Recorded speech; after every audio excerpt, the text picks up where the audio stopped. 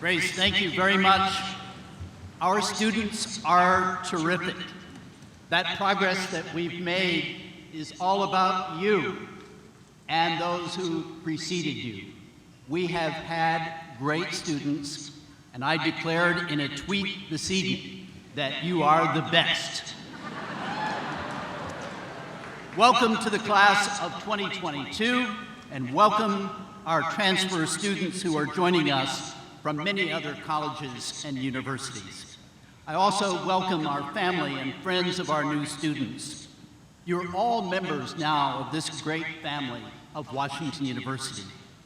I know that there are parents, other family members, and friends of our new students watching in the Danforth University Center, Edison Theater, May Auditorium, and Graham Chapel. Thank you for being with us, and I look forward to seeing you later in the Brookings Quadrangle. All new students will proceed from here at the athletic complex to the Brookings Quadrangle at the conclusion of our program, and we'll look forward to meeting the parents and other family members there. You've already heard from one of our team members, Dr. Lori White.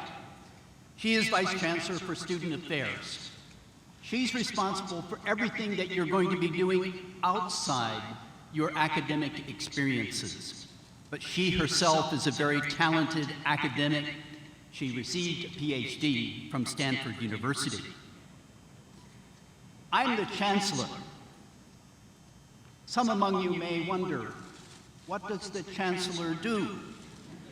And when I first came in July of 1995, I looked it up in the dictionary. And it says, among the definitions, secretary, especially secretary to a king. Another definition, titular leader of a university. And being a chemist, I looked that up also. And that means figurehead. For example, the Queen of England is the Chancellor of the University of London.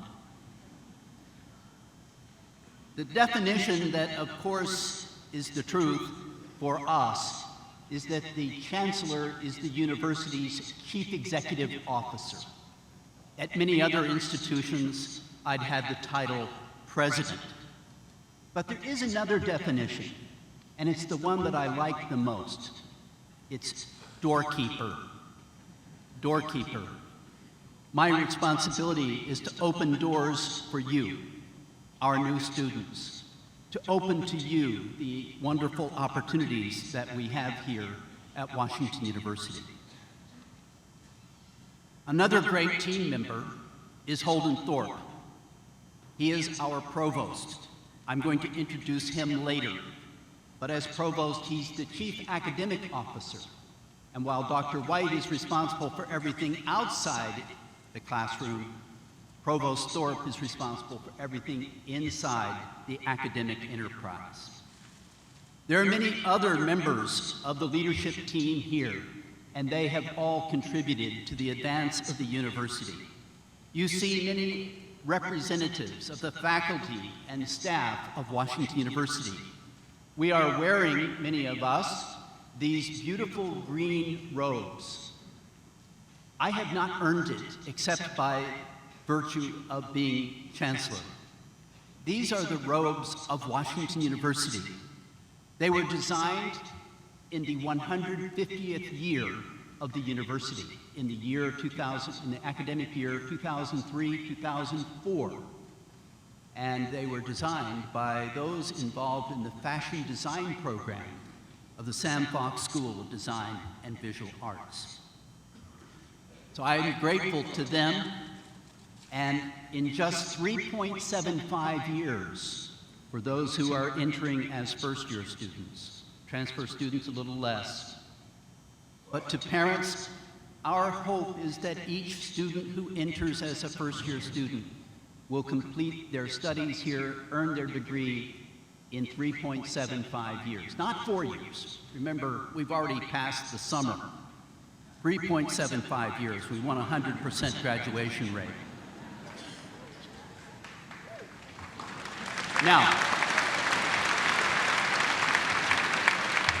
the next time that you graduate, next time you gather in the Brookings Quadrangle will be when you're wearing these green robes. So look forward to that. In the meantime, everyone here on stage and all that we represent at the university are here to make this Washington University experience the best college experience possible. Our provost has set out the aspiration that this be the best college in America and indeed the world. So I hope that as you reflect on your experience here and in the not too distant future, you will see this decision you've made to be the best in terms of selecting your college experience. Now, in addition to all the team members that we have here contributing to this great place, I also have to tell you that I have a secret weapon.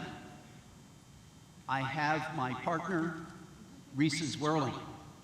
She's here for her 21st convocation as well. And you know,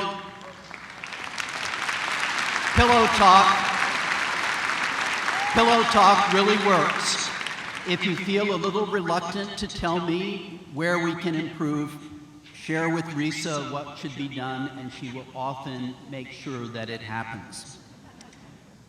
We're wrapping up our orientation program for today with this convocation tonight. As you've learned, this will be my last year as Chancellor, and I'm really pleased with a publication that came out about a week and a half ago. It's the Princeton Review, and there have a number of comments there about colleges and universities, and one that brings me a source of pride because they're reflecting on us very positively, is we're regarded as the #1 of the best run colleges and universities, at least for a year.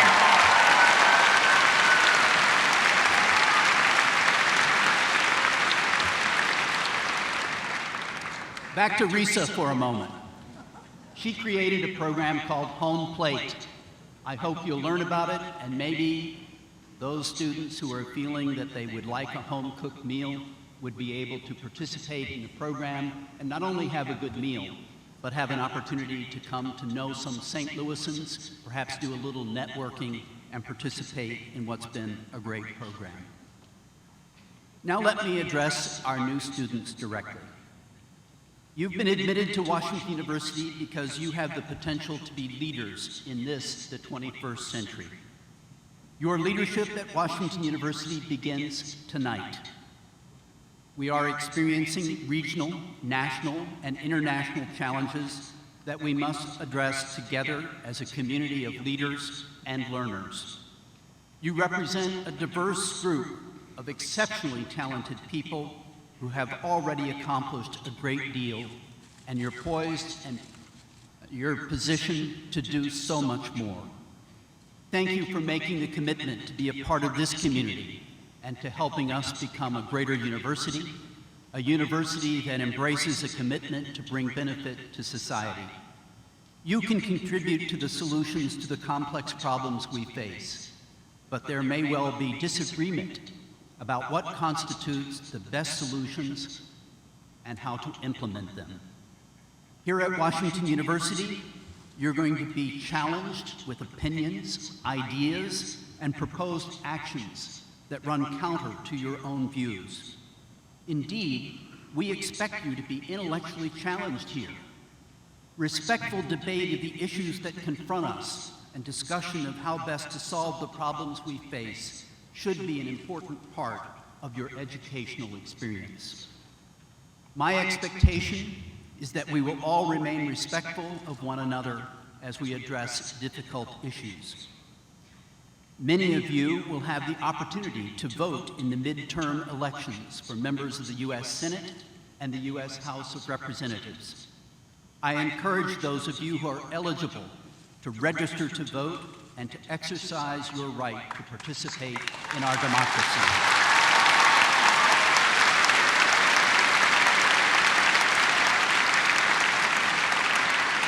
Our Gephardt Institute for Civic and Community Engagement can assist you if you wish to register to vote here in Missouri or in your hometown. As we begin the fall semester, we're going to gather on Monday, August 27th at 4 p.m. in Graham Chapel to affirm our community values and commit to achieving social justice and peace. We affirm freedom of speech, and I would also like to affirm freedom of the press, including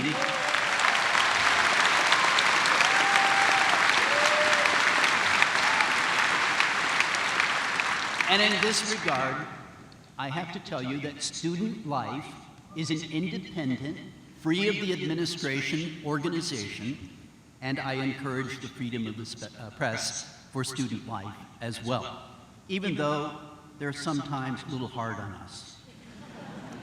I do hope you'll have time and will be willing to participate in that special Monday, August 27th, next Monday session that will take place at 4 o'clock in Graham Chapel. Each of you as new students has my pledge that the administration and faculty will do our best to help you realize your potential and to provide the education you need to be effective leaders. You may well become one of our alumni who won a Nobel Prize. You may become a corporate CEO, a United States Senator, a great artist, and many other areas of accomplishment reflected by our former students, our alumni. You're the next generation of leaders this world needs. Tonight, you can begin asking yourself this important question: what can I do?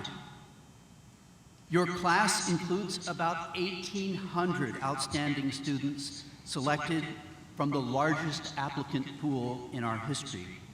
You come from 49 states, Washington, D.C., Puerto Rico, and 21 countries. About 2/3 of you come from greater than 500 miles. We're proud of the diversity you represent in every dimension. You've excelled in your lives in many ways, from academics to athletics, from theater to public service.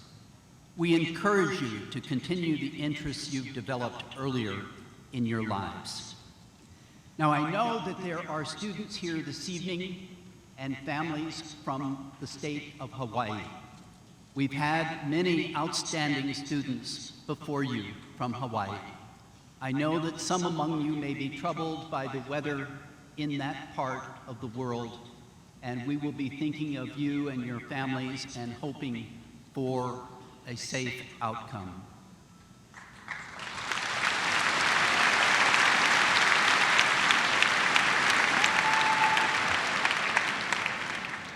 Now let me speak to the parents.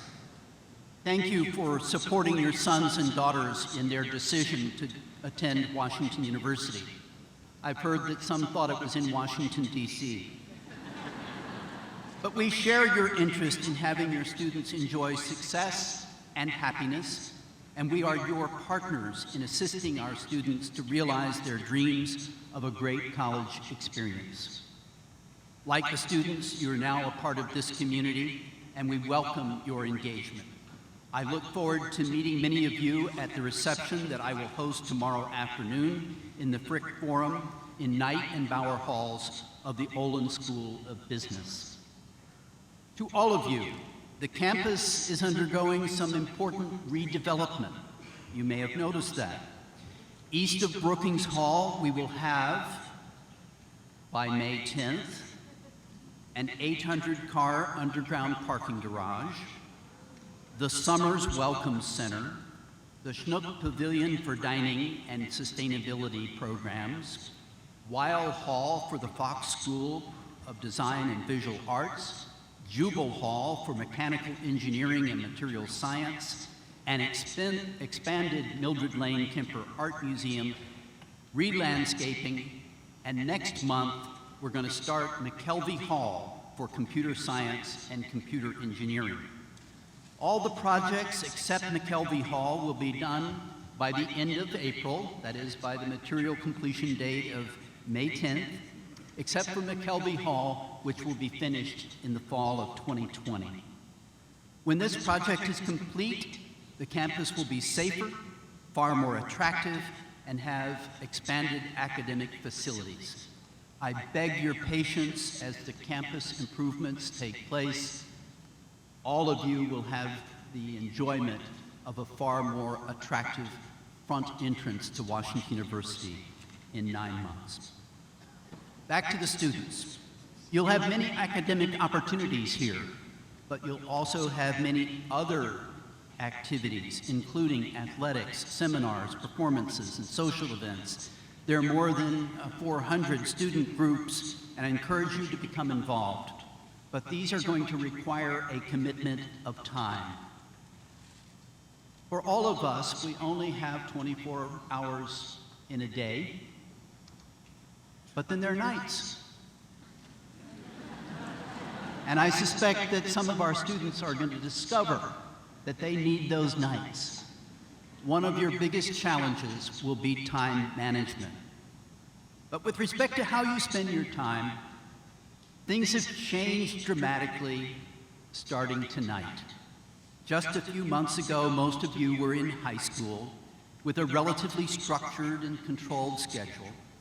Tonight, you begin a new phase of your life with more independence and freedom, but with that freedom comes more responsibility. Beginning immediately, you will have many choices to make. We are confident you can do well and be successful, but realize that your success will depend on making good decisions. Your new freedom means you are no longer under anyone's supervision. Your parents are no longer directly responsible for you, except for the tuition payments, please. You have responsibility for yourself. There will be no one to tell you when to go to bed or whether to get up. No one to tell you to make your bed. No one to tell you what to eat. No one to govern your comings and goings. You'll be the one to decide who your friends will be and whether to join a Greek organization. And you'll be the judge of when and whether to accept advice from others. You should enjoy your new independence. But as I mentioned, there are also important responsibilities beyond those to yourself. You remain responsible to those who've made it possible for you to be here, your parents, other family members, teachers, coaches, religious leaders, and your friends. The excellence of students and faculty of the university define us. For many, this may be the first time you've been surrounded by so many high achievers like yourself. In these early days, you may be intimidated by the fact that your classmates are as smart and as accomplished in their area of interest as you are in yours. I believe those feelings are natural, but you will soon find that you are not in competition with your classmates. Your own goals should be your guideposts. As I conclude my remarks, I want to give you some important advice. Number one, go to class. You or your parents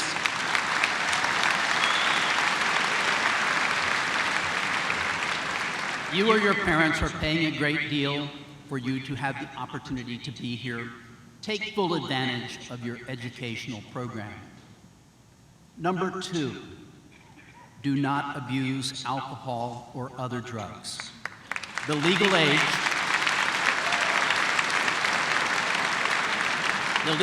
for drinking in Missouri is 21 years. None of us can exercise good judgment when intoxicated, and we know that alcohol abuse is associated with adverse consequences academically and is a factor in greater than 90% of campus crime. Most of your peers are making wise choices about alcohol, and the vast majority of our students drink moderately, if at all. Students, I challenge you to make wise choices during your college years. Make decisions that will have a positive impact on you personally and on the university community. You have my wish and my support for your success here at Washington University. You're beginning as first-year students while I'm beginning my last year as Chancellor. My successor is a distinguished individual who's already been named, Dr. Andrew Martin. He is an alumnus of Washington University, having earned a PhD in political science. And he is a former faculty member here who served with distinction as an academic leader most recently at the University of Michigan. Andrew Martin and I are both privileged to serve here as Chancellor. Andrew Martin is here. I think he's in the back, and I'd like him to stand and receive our recognition as Chancellor-elect.